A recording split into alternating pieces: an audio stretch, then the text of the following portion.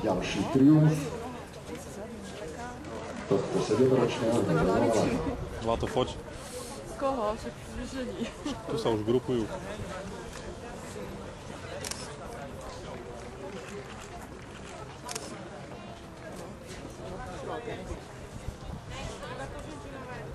Ja budem mať odchytené všetky ploty, tieto biele a z každého presaka budem mať odchyteného 100 krát.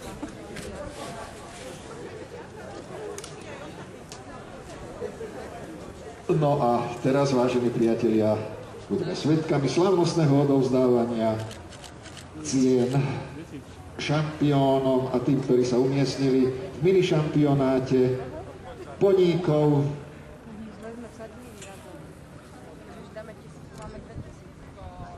Ale keby sme prehrali, aký sme nasratí? No, to by ma šľahla.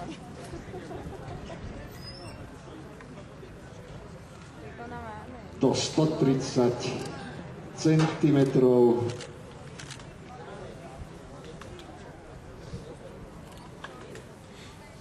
A nad 130 centimetrov už sa zoraďujú úspešní aktéri a aktérky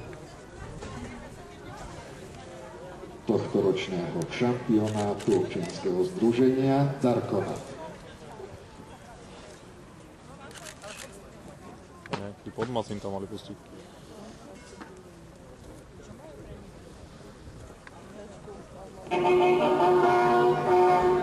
A ceny odovzdáva pani Diana Hudecová z odborového združenia Darkona spolupracovníkov, takže a poháre smerujú do rúk Nikoly Machovej, Veroniky Tužinčinovej, Jozefa Tkáča a Petra Dirgasa, ktorý v tomto poradí aj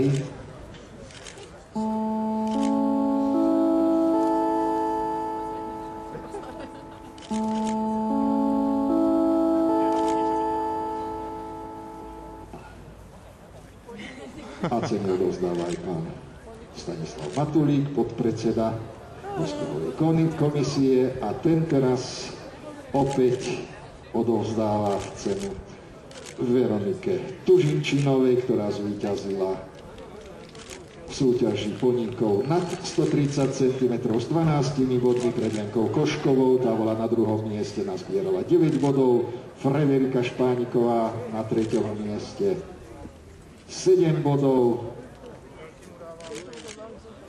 Barbora Ripová 4. 5 bodov. No a potom na ďalšie poradie Sára Malíková, Nikola Machová, Peter Dirgas, Romana Jakubovičová, Katarína Tepličanová. Takže to sú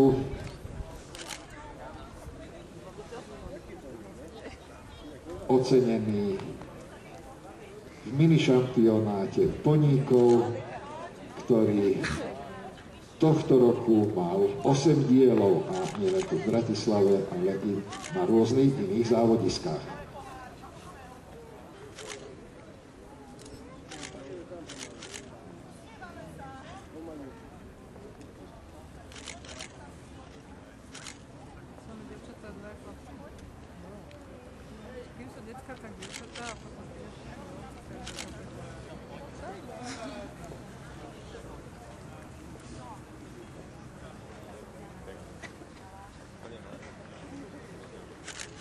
Aké krásne deky.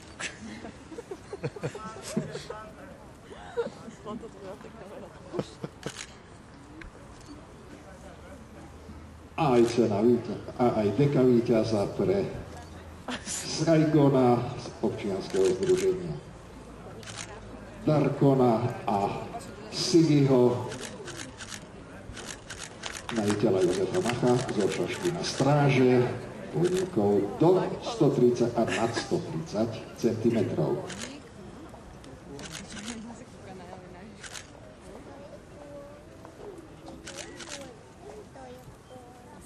Takže slávnostná bodka za celoročnou súťažou a potlesk pre všetkých účastníkov, či už boli ovenčení alebo neboli ovenčení, pán víťazstva.